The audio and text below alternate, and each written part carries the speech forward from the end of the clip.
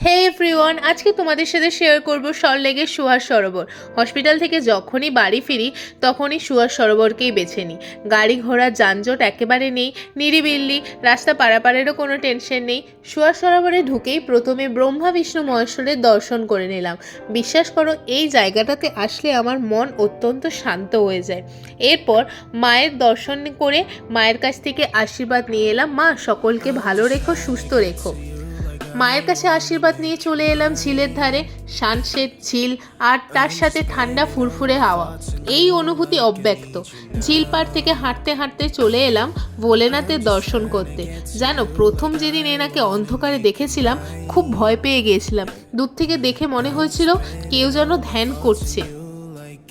দেখো, মনে হচ্ছে না কেউ একজন এখানে বসে ধ্যান করছে, যদিও বা এখন প্রেমের পর্ব চলছে। যাই হোক, এইসব ছাড়ো, চলে এলাম চিলড্রেন পার্কে।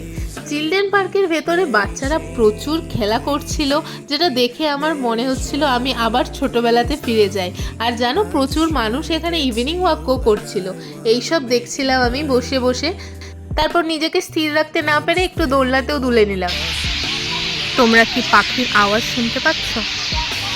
এখানে যেই রকম পাখির ডাক সেই রকমই পাখির পটি, আর তার সাথে একটা বিচ্ছিরি গন্ধ। জানো, এখানে যেরকম খেলাধুলা শেখানো হয় তার সাথে কিন্তু সুইমিংও শেখানো হয়। কিছুক্ষণ খেলা দেখার পরে আমি আবার ভোলেনাথ আর শ্রীহরির সাথে দেখা করে বাড়ির পথে রওনা দিলাম। বাড়ির পথে আস্তে আস্তে চিপস মাজা কিনে নিয়ে রুমে চলে আসলাম। আমার এই মিনি ব্লগটি তোমাদের কেমন লাগলো কমেন্ট করে জানিও, আর ভালো লাগলে একটা লাইক করে দিও।